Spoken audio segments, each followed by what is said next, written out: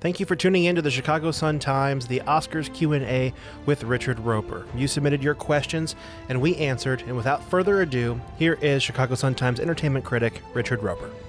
Brian, thanks so much for that lovely intro, and thanks to everybody who has dropped in to join what has now become an annual tradition where we chat Oscars a couple of days before the ceremony. As Brian mentioned, you guys submitted some great questions. We're going to get to those in just a few minutes, but I thought I'd kind of set the table. We're now just a couple of days away from the Oscars, and although I've been, in the middle of all this for months, I know for a lot of movie lovers and even, fans of the show, you just start really getting into the Oscars like you do with the Super Bowl, like Oscar week. So just to give you some of the details to start, it's the 96th Annual Academy Awards. Can you believe that? And I have to say, I kind of like this. They're starting an hour early this year, going to be at 6 p.m. Central Time. It's usually 7 p.m. Central Time. Now, one of the reasons I like that is because I'm writing on deadline, and you can go to suntimes.com. I'll file a few stories during the telecast and then wrapping it all up. So now I got an hour earlier deadline. And also, listen, it's going to still be 3 hours, guys. We talk about this every year. They've got 23 categories.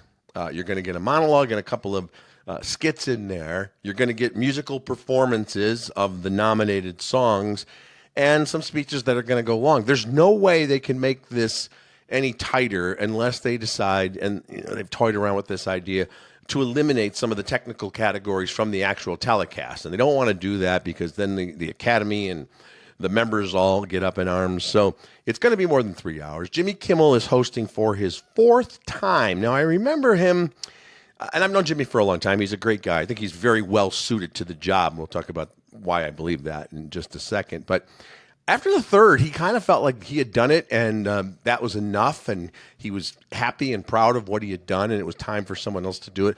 But like a lot of us, Jimmy got really excited by the whole Barbenheimer phenomenon, and he was watching Barbie over the summer, and he thought, now I've got a launching point for my monologue, and we've got a cultural phenomenon here that we can all relate to in this huge box office smash. So that kind of energized him into wanting to host one more time.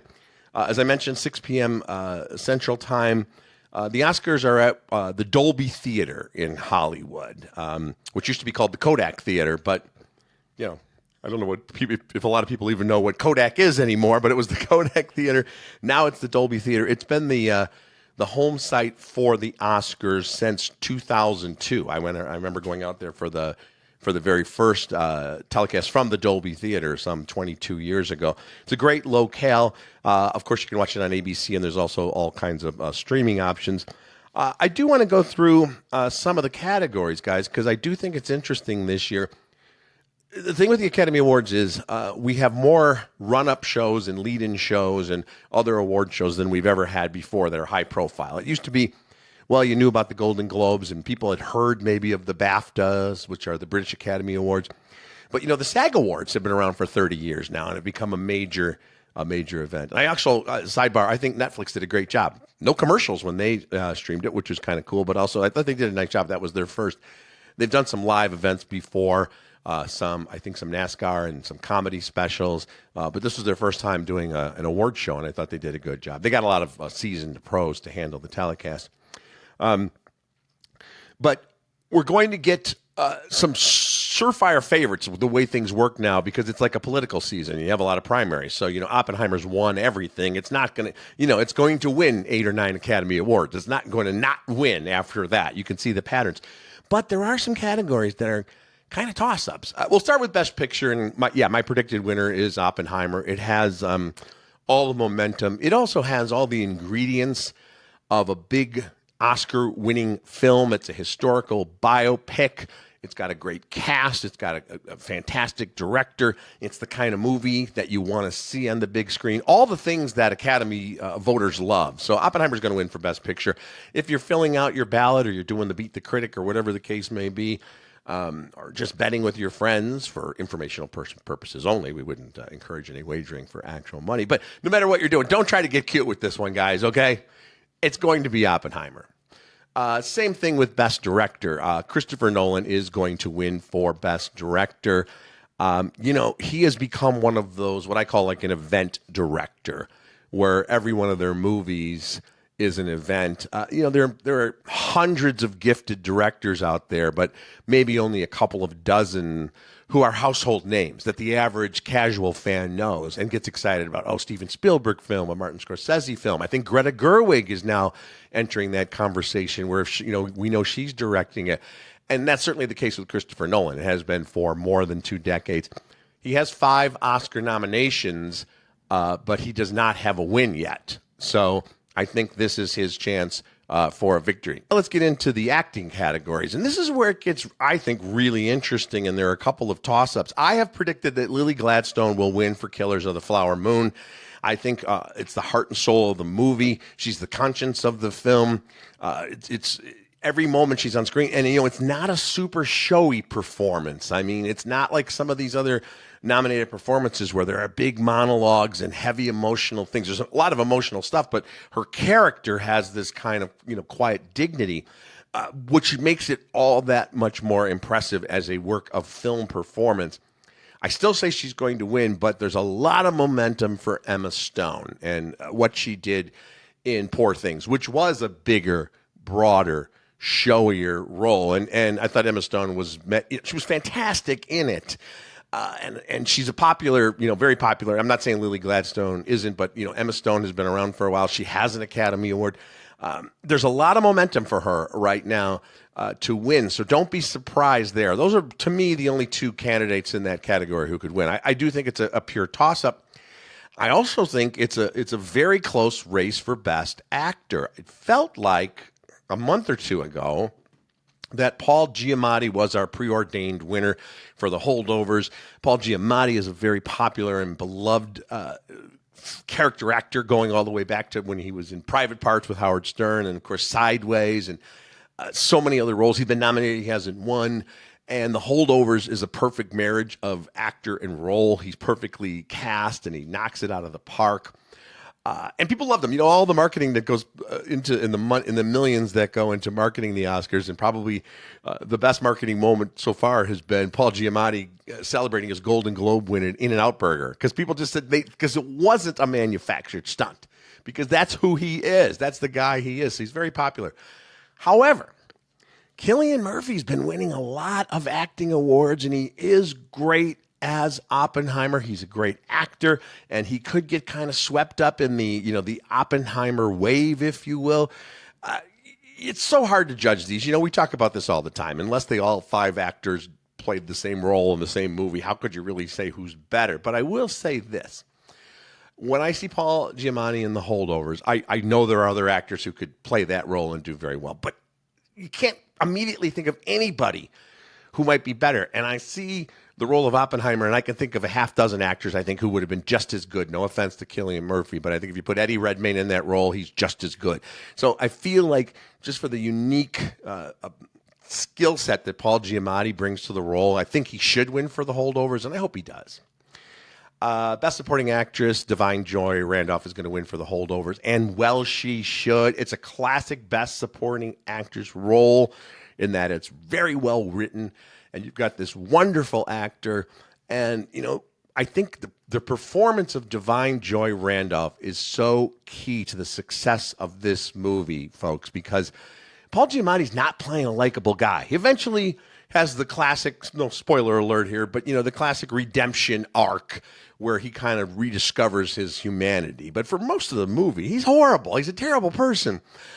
Whereas Divine Joy Randolph's character of Mary, she's grieving the death of her son, but she's a lovely, wonderful, strong, good person. And the fact that she's friends with this guy makes us think, well, there must be something redeemable about this guy if she's willing to spend time with him, because she believes in the little nugget of goodness that's inside him. So it's also a very important role, and she knocks it out of the park.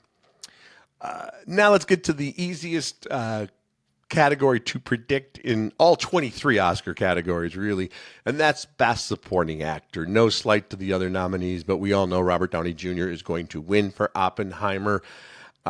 He should win. I also think he should win. I think Robert Downey Jr. He was nominated for Chaplin. It's not like we don't appreciate his talents. We always have, but I think he should have been nominated for playing Tony Stark in one of the Iron Man movies at some point, maybe even in the original. And his work as Tony Stark is what, that was kind of the first of the new wave of Marvel movies. Gosh, I think that was around late 2000s, 2008, something like that. But the thing about superheroes and Iron Man in particular, and what Robert Downey Jr. Because if you go back to that first movie, he's a worse person than Giamatti's character in The Holdovers. He's terrible. He's an arms dealer and a drunk and a womanizer, and he treats people horribly. And then he has, of course, this amazing arc, and actually becomes a family man. But the thing about Iron Man is he's not a superhero like Captain America or Thor, who wake up every morning as beings with superpowers who can do everything. He's just a dude with a suit. He's got a suit that makes him a superhero. So, he's just a regular guy. So it's probably, to me, along with, if you look at Batman and Bruce Wayne, where you have kind of the same thing. The human sides, the alter egos, if you will, are much stronger. And I thought Robert Downey Jr. was great. But back to Oppenheimer, you got all the boxes checked here. It's a greatly talented actor who's never won an Oscar. It's the classic Hollywood comeback story because he had come back and has come back in a great way from being much like Tony Stark. Robert Downey Jr. would be the first to tell you he wasn't the greatest person in the world either. He didn't always behave well on sets. He had problems with addictions, and he was almost uninsurable at one point. And he's come back in a big way. All the stories from people who work with him saying he's incredibly generous on set with younger and newer actors. The movie did very well. And on top of everything else, he disappeared into a character that it takes you a moment to realize that's Robert Downey Jr. He's not doing all the usual Robert Downey Jr. ticks and mannerisms and fast speech deals. He's got, hair and makeup and everything that transforms him. So Robert Downey Jr. will win for Best Supporting Actor. And that'll be a very cool standing ovation moment at the Oscars. Okay, Brian, we've talked a little bit here now and kind of set the table. Why don't we open it up? And I know you've got some questions from folks. That's right, we do. Our first question is coming from Jody S. She asks, are film/media critics allowed to become voting members of the Academy of Motion Picture Arts and Sciences? And if yes, where's the objectivity? Great question, Jody. I get this a lot. People will say to me, who'd you vote for the Oscars? Film and media critics are not eligible for the Academy Awards. We can do our top 10 list, and there's a thing called the Critics' Choice Awards now.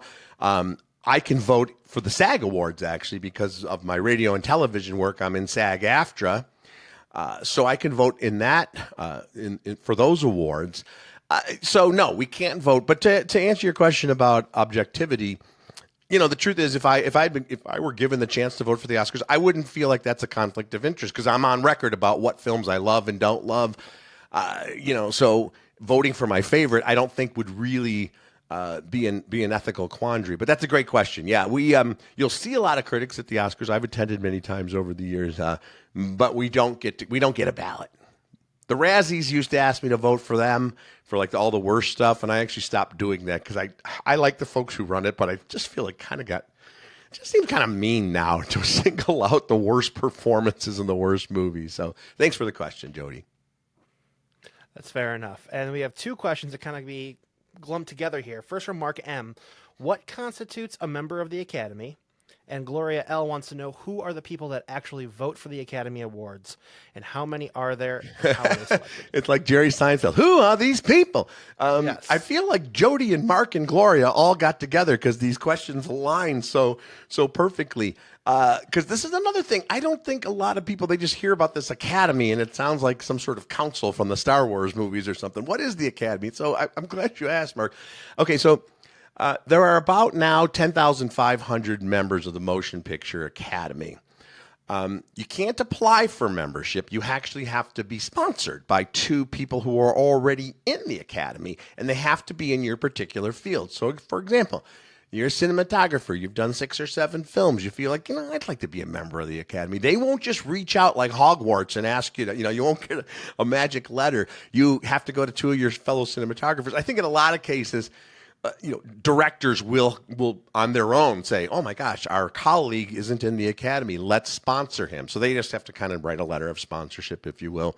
So now if you are welcome into the Academy, you can vote for the Oscars and you can attend special screenings and events. And in recent years, I want to, and this is a little bit to Gloria's question as well.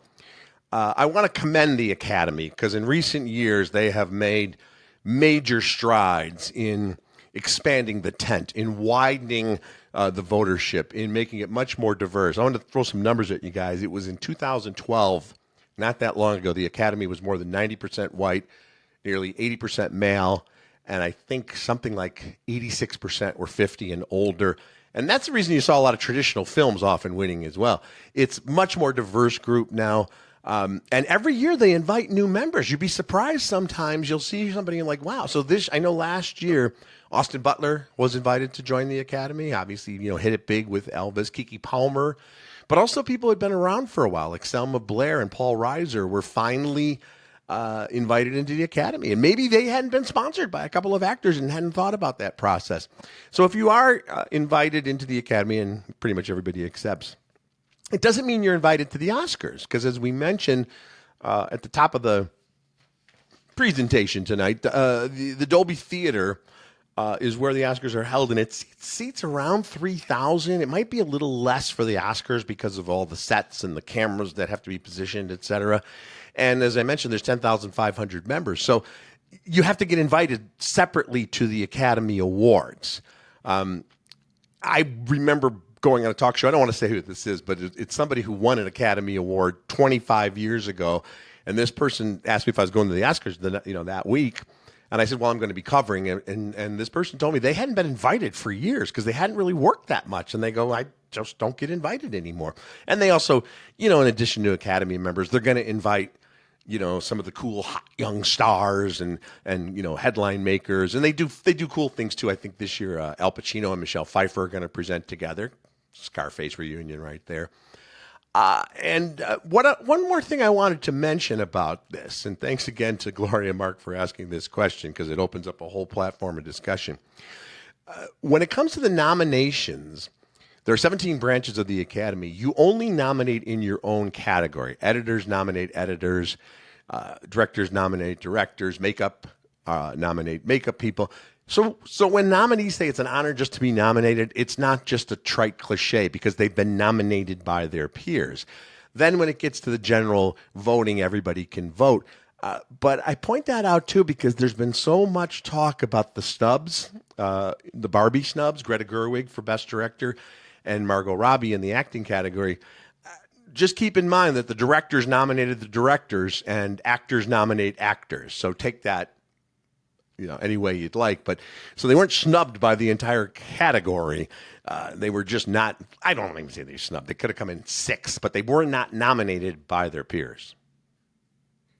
Well, that sounds like a bunch of internal politics. This is a very political question coming next from Alicia O.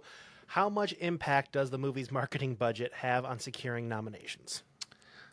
Yeah, Lisa, it still has a huge impact. Now, back in the day when Miramax was a player, they were, notorious for all the, not really tricks, but they would really campaign almost to the point where it felt a little sometimes off-putting. Those days are gone, thankfully, but studios still spend millions of dollars on lobbying campaigns. And that, it's no coincidence that you're seeing, the cast of Oppenheimer doing all these red carpets and Q&As in addition to the award shows. And it still benefits. People say, does it really matter if a film wins? Yes, because right now, as we speak, there are a lot of the nominated films that were back in theaters because people want to catch up with them. And they could watch them at home, but they can also watch them at theaters. And if a movie wins, it's going to definitely make more money, first at the box office and then in home video release. And a lot of actors have talked about how once you win the Academy Award, first of all, you're just in a different category the rest of your life, but your salary automatically goes up, especially if you're someone who's an up-and-comer not necessarily a superstar, a respected actor, the Hilary Swanks and the Casey Afflecks, who are wonderful actors, but weren't huge stars when they won the Academy Award. Now, every time they're in anything, it says Academy Award winner Hilary Swank, Academy Award winner Casey Affleck. So I think it's money well spent by the studios. Following up that, Max K asks, do you think the Marvel movie universe can recover their current downward spiral at the box office that they are in? Oh, Max, that's a great question. As someone who has to see every movie, I can say that I can really empathize with the Marvel Cinematic Universe fans who felt superhero movie fatigue, because I felt it. For a long time there, we talk about event movies. It was really exciting. And if you look at the period from around the mid-2010s to the end of the decade, it's kind of the instant new platinum age of superhero movies. We had Spider-Man Homecoming. We had Thor Ragnarok, which I think is the best Thor movie. We had Black Panther. We had Avengers Infinity War, Doctor Strange, Captain Marvel, and of course Avengers Endgame. All of those films were, first of all, huge blockbusters, but really well done, and they hold up. And we have not had that. And it felt, in recent years, like, and not just with Marvel, but also with DC, that they were flipping through the archives. Oh, here's a comic book we haven't adapted. Oh, here's a character nobody's seen for a while. And it was reflected not only in the box office, but in the critical response. I do feel that Marvel will turn the corner. We've got Deadpool and Wolverine, which is kind of a slam dunk with Ryan Reynolds and Hugh Jackman, of course. The new Fantastic Four, they're going to try once again with that.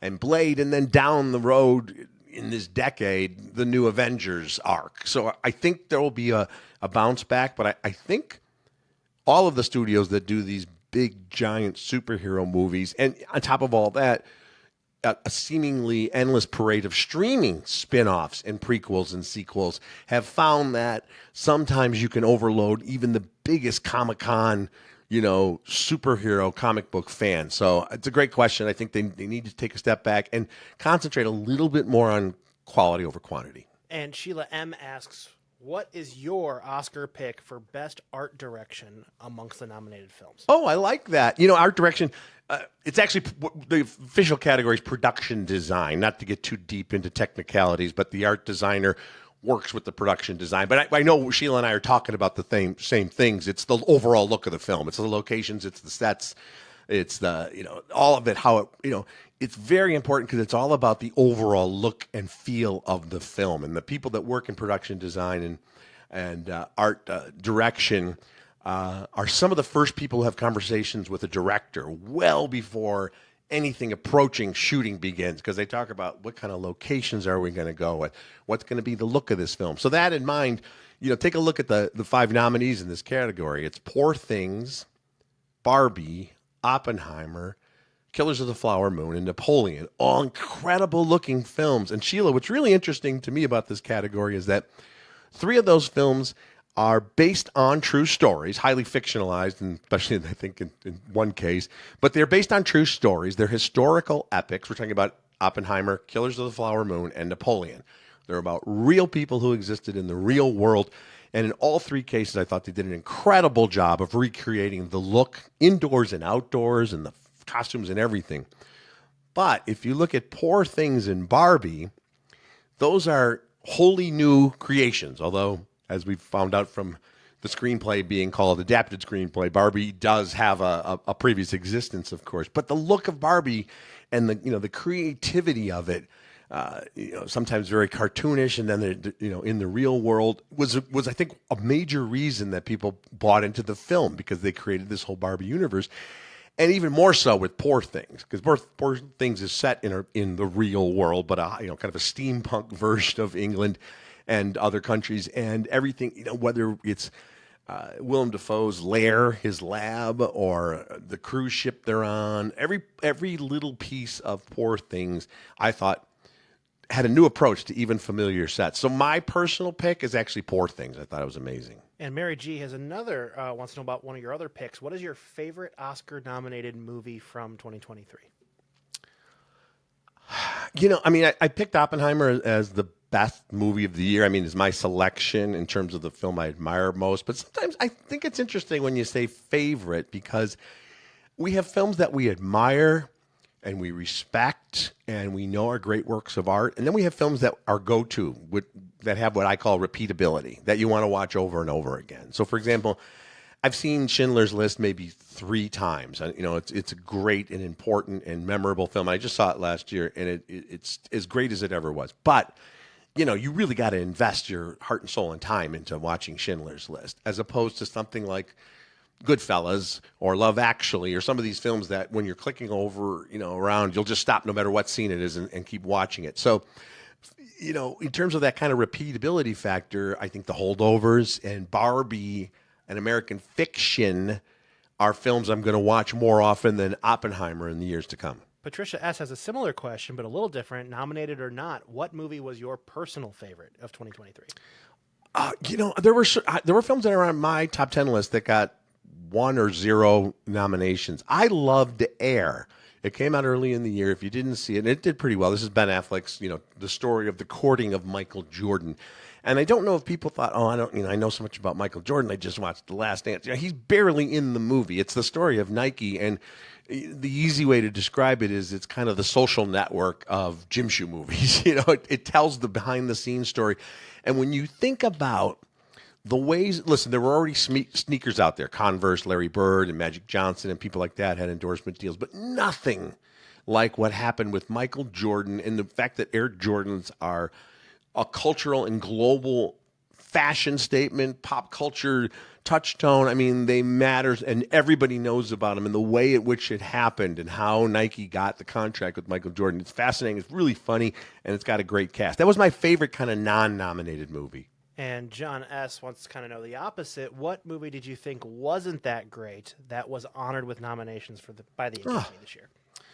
John, there have been previous years where I would have given you a laundry list, and I don't want to reach back too much, but to me, to this day, I'm stunned that Bohemian Rhapsody got recognized for anything. I just thought it was a cookie cutter bio that was horribly edited and played around, and all biopics play around with the facts, but did so in a strange way that I found kind of unsettling. But this year, if you look at the 10 movies that are nominated for Best Picture, I was a fan of all of them. I gave them all 3.5 to 4 stars. Same thing with the performances. So, there are a lot of times where, the Academy did this or that. I think for lack of a better way of putting it, I think they really got it right this time. Gail M. asks, you said Lily Gladstone could have been nominated for Best Supporting Actress, and that might have been the better strategy. Who decides which categories actors are in, and what are the qualifications for these categories? Yeah, I love this, Gail, because this again goes kind of into the machinations, if you will, of the Academy that a lot of people might not know. So, for example, this year in the NBA, they've got new rules now. You have to play in a minimum number of games to be eligible for the MVP and things like that. They didn't want players taking too many games off.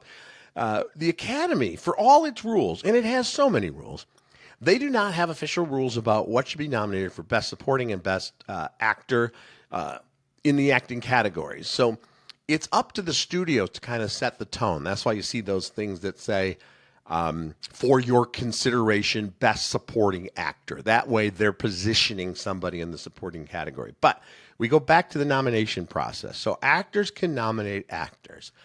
They don't get any set guidelines like, here are the candidates for supporting, here are the candidates for lead. They just get a list of all the eligible performances. So, for example, let's say there's a performance that's somewhere between Best Actor and Best Supporting Actor. It could get 400 votes for Best Actor and 230 for Best Supporting Actor and not make it in either category. That's why the studios go out of their way to let people know. So that really doesn't usually happen because everybody knows that Robert Downey Jr. is up for supporting actor. Everybody knows that in Lily Gladstone's case, they've been pushing her for Best Actress all along. So that's kind of how that happens. Now, there have been some crazy cases where people with very little screen time have won Academy Awards. There's, of course, Dame Judi Dench won Best Supporting Actress for Shakespeare in Love. She was on screen for 8 minutes. And the most famous case of an actor in a category not really matching up but working is, of course, Anthony Hopkins, who won Best Actor for The Silence of the Lambs. And when you think of The Silence of the Lambs, And the way Anthony Hopkins dominates that film, which won in every major category, as you'll recall, including Jodie Foster, was magnificent. But it's Jodie Foster's story.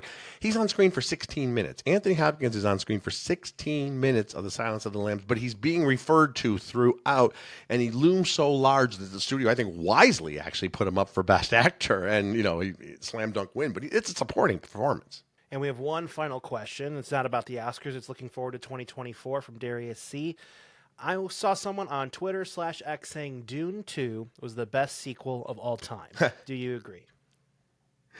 I saw that too. I don't know if it was an actual review or if someone was repeating what somebody else said. You get a lot of these flourishing over the top instant reviews on X and elsewhere on social media. I thought Dune 2 was really good. And it's, the Dune from 2020, about 4 or 5 years ago, won 6 Academy Awards and all kinds of technical categories. And this one, again, will win for visual effects and probably editing and cinematography. Next year, it'll be eligible. But it's not the best sequel of all time, guys. I mean, if someone says that tells me they haven't seen The Godfather Part 2, they haven't seen Terminator 2, they haven't even seen Toy Story 2, not to mention The Empire Strikes Back. Listen, I think Top Gun Maverick, was a sequel, even though there was a long time between the two movies. Is a superior sequel to Dune 2. Nothing against Dune 2, but it is not the best sequel of all time. It's not even the best sequel of the last 5 years. All right, everybody. I think on that note, we're going to wrap things up. I want to thank everybody who submitted questions, who entered the Beat the Critic contest, and, of course, who joined us for this chat. It's really fun doing this every year. Make sure you go to suntimes.com on the night of the Oscars. On Sunday, I'll be filing a story early and then one later. And I'll be on social media, primarily Twitter, a.k.a. X, with instant reactions throughout the ceremony. Thanks so much.